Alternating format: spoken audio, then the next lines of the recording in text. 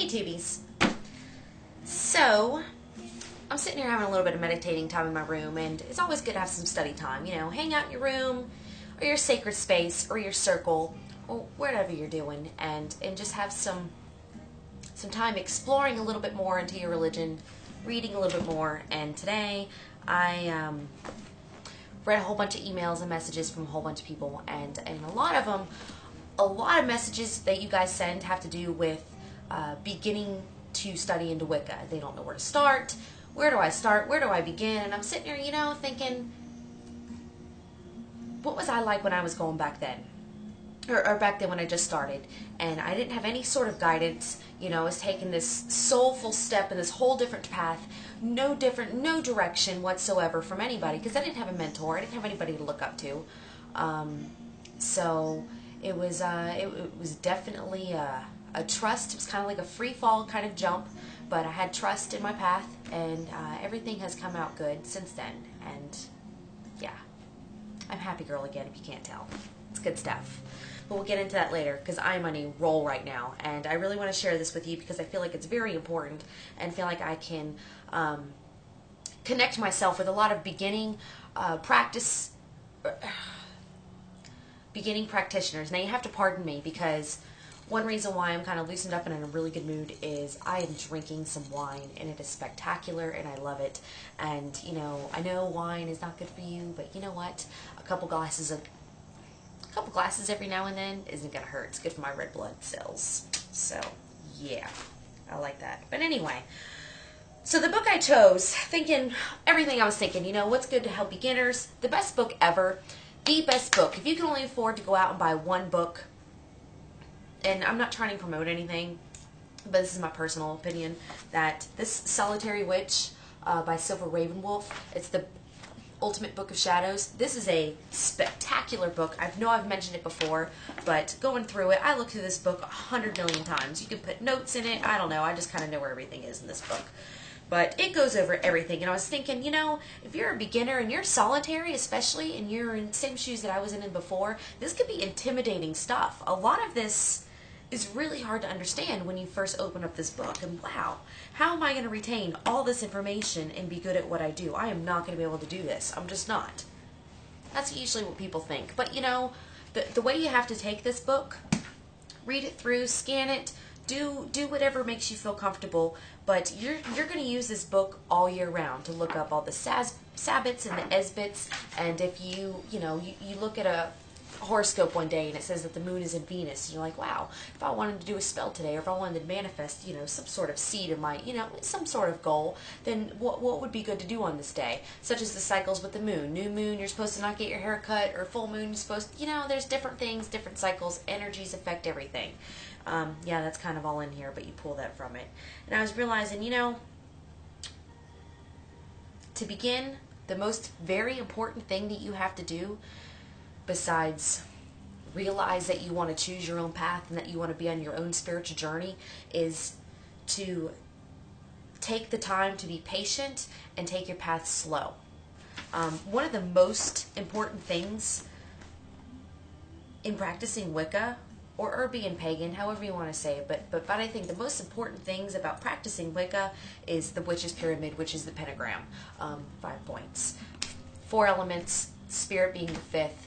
And I was thinking, you know, I'm going to go over that and explain it, because if you're going to start anywhere in practicing this sort of faith, you have to come into it with perfect love and perfect trust, open heart, open mind, and not necessarily judge anything that's put in front of you, and interpret the information with what's in here. Because what's in here,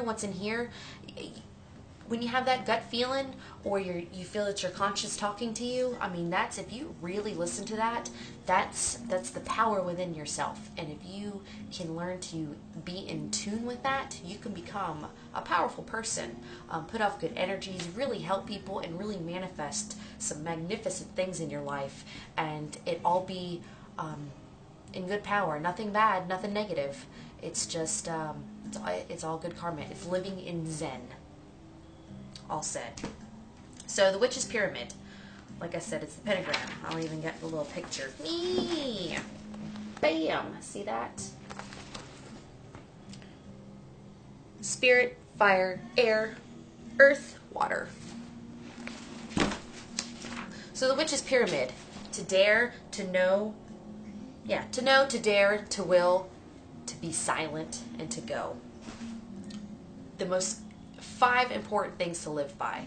And I'm going to try to interpret what this book says and put it in some terms for, I guess, beginner sense, to give you a little bit of sense. So yeah, this is going to be probably a little bit of a long video, but I'm going to make it as short as possible and try to get my point across. And I really hope that this really helps some people out. Because I know understanding this really helps me be in tune with my spirituality, and I don't know. And I know certain things are hard to interpret with other people, so I'm going to try it this way. Here we go. So, okay, we have the witch's pyramid, and in order to be able to make the witch's pyramid work, to manifest any sort of magic or anything, you have to be able to balance the 4 elements: earth, air, fire, water. If you can't balance those 4 elements, you don't have a sturdy base to be able to become your full self, to draw energy, to give energy, to put anything good out or receive anything good in. You just can't do that, which that's the top of the point of the pyramid or of the pentagram, whichever way you want to picture that or put that together in your mind. So you got that. So to know, the very first one, means that you will strive to learn as much as you can in a lifetime, and that you will apply this knowledge to your daily life. It also means that you will seek the truth in all things and be willing to change your perceptions to meet your awakening spirituality. Find yourself. Know what is in here and in here. That's that whole consciousness. You know what's right and wrong. You don't have to sit there and go to church or read the Bible or talk to a million different people to know what is right in your heart and what is right in your soul and what makes you soulfully happy. So that's what you need to get in tune in, to know yourself, and to learn as much as you can. I know everything I need to know. No, you don't. You could never know enough. Always learn more. Maximize your full potential that you can. Be the best that you can be. It's very important. To dare says that you have pushed fear behind you and that you will be courageous and proactive in all that you do. You will believe in yourself and have faith in the universe and in your own abilities. Have faith. Believe in yourself. Have some self-conscious. Looks have nothing to do with it. You know, yeah, the world preaches beauty nowadays. Now, with all the hormones and all the crazy things and plastic surgery and Botox, you know how many beautiful people are out there? That's awesome. Yay. Kudos to beautiful people. But you know what makes somebody very, very, very beautiful? Which makes them where you're just drawn to them, to where they're just gorgeous and they're breathtaking, is when their personality matches their, when their soul, when their insides match their outsides, basically. When their soul reflects who they are and they just shine who they are and they don't care what's out here, it's all in here and that's all you see, that is amazing. Amazing. You don't judge people. Don't judge a book by its cover, people. I know it's hard, and I know sometimes it's gross, but it doesn't mean you have to have sex with them or you have to be with that person or marry that person, but you at least got to respect them. Have respect for everybody, at least initial respect. If those person don't have the respect enough to respect you, then you know what? Just push them aside for their ignorance. Go on with your life. You're ignorant. I'm sorry you don't understand me, but that's not my problem. See you later. That's what you have to do. Doesn't make you any less of a person because somebody doesn't understand you. You know what I'm saying? Alright. So to know, to dare, done, to will, means that you will learn to focus your thoughts and practice meditation and visualization in order to reach your goals. It means that you won't sit back and let the world pass you by, and you will work towards your dreams. You will meet obstacles and find positive solutions to overcome them. So instead of... You're going to have bad times. Your life is never always going to be perfect. Holy hell, did I just go through a bad time. But you know, it's okay because you can't appreciate the good times when you don't have bad times. So you've got to manifest all your positive energy, direct towards your goal what you want, and it'll happen. You just got to give it a little bit of time. And I know time sucks because sometimes it takes forever, but with magic, you can kind of give Father Time a little, and it works a little bit because you put all your will and knowledge towards that ability. To will something is to want it so bad. You deep down, you want it so bad. that it puts that energy out there, and the gods know it, and they feel it, and they send that energy back, and it all works, and everything is a balance, and things work out the way they should. So yeah, I believe that, you know, God and Goddess is present. I don't necessarily think it's one God. I think it's a power of a huge balance of two higher beings that you transform to different deities, and it makes it easy to worship them or relate to them. But that's a whole nother, I get some like Parthenons and stuff, so we'll have to discuss that at another time. So to will, to do good spells, not bad spells. Positive, positive, positive. And it harm none, do what ye will. What you get back, what you put out, you get back times 3. Harm none, don't do anything bad. Don't do, Be a good witch, not a bad witch. You know what I mean? Alright, so to be silent. This is like the most important. It means that you will keep your mouth shut about the magic you do, lest your friends and others destroy the magic with their negative energy before it manages to manifest. You go around bragging that you did a spell for love, or you did a spell for money, or you did this, so you're going to do this, so you're going to shut up. That's not cool. You're not being cool because you're doing a spell, because it's not going to work. And then you're going to look like an idiot, and then people are going to all think this magic is just a bunch of hocus pocus. Which, you know, magic is real. It really is. People do magic every day, and they don't even know it. It's no different than having a wish so hard that it comes true. That can just as much be a spell because you took the time to sit out and outside, look at the sky, stare at the stars, stare at the sun, pray to God, be within water, anything. Energies can be put out, and if it's good, it'll come back to you. It'll happen. Some of you guys are like, this woman is crazy, but you know what? People in my world know that I'm crazy, and they like me here. So this is where I stay, and this is where I live, and if you don't like it, you don't have to be here. That's cool. So be silent. Also means that if you will think before you speak, and that you will not throw pearls before swine. Do not give good information to bad people.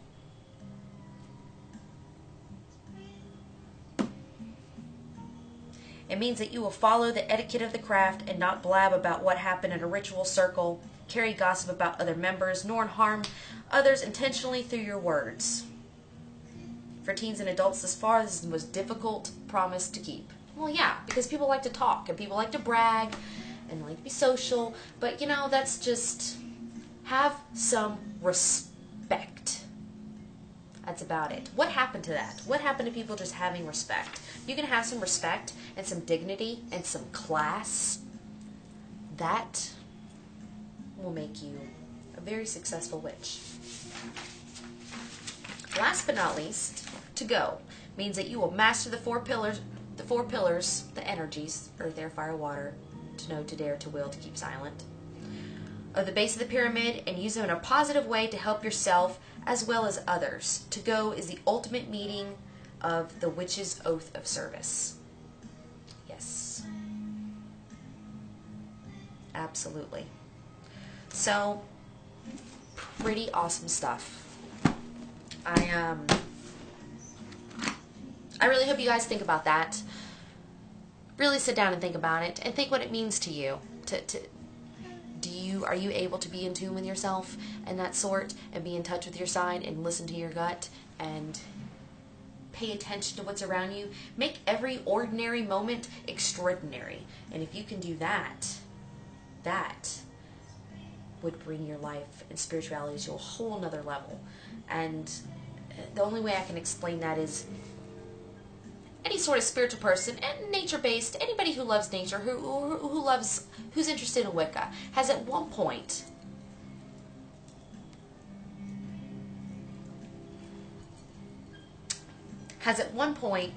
sat outside.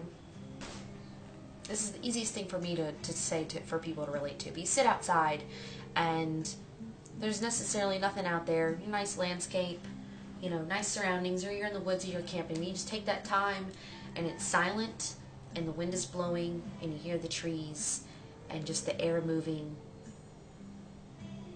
and you feel the wind around you, and it's kind of cold, but it feels warm at the same time, and you just connect, and you feel everything around you, and just that normal moment. But you sit outside how many times a year? How many times? But that one moment, it is just extraordinary, and you connect, and you feel at peace, and you feel zen. Now, if you take time to appreciate different moments like that, ordinary moments can be extraordinary, and you can live an extraordinary life. I really, really think that's true. And so take that with you. Try to do it once in a while. Just try to appreciate certain things. You know, go outside, look at the stars for a minute. Be like, wow, you know, this is beautiful. Just put everything else aside. With all the chaos going on, it's nice to be able to step back and look at the beauty in the world, and not all this crazy election stress, money market, money, bad luck, good luck. You know, if you still have love and you still have some sort of guidance, we're gonna come out of this, and all is gonna be okay. So just be strong within yourself, and make a good base, and you'll build a strong pyramid, basically. So blessed be, guys. I love you. I'm back. I'm so happy, girl, and I really appreciate, I really appreciate all of the messages and all of the spectacular energies that you guys sent my way. Very intense, and I couldn't have done it without you, to tell you the truth. So I really appreciate it, and I just hope that I can return the favor.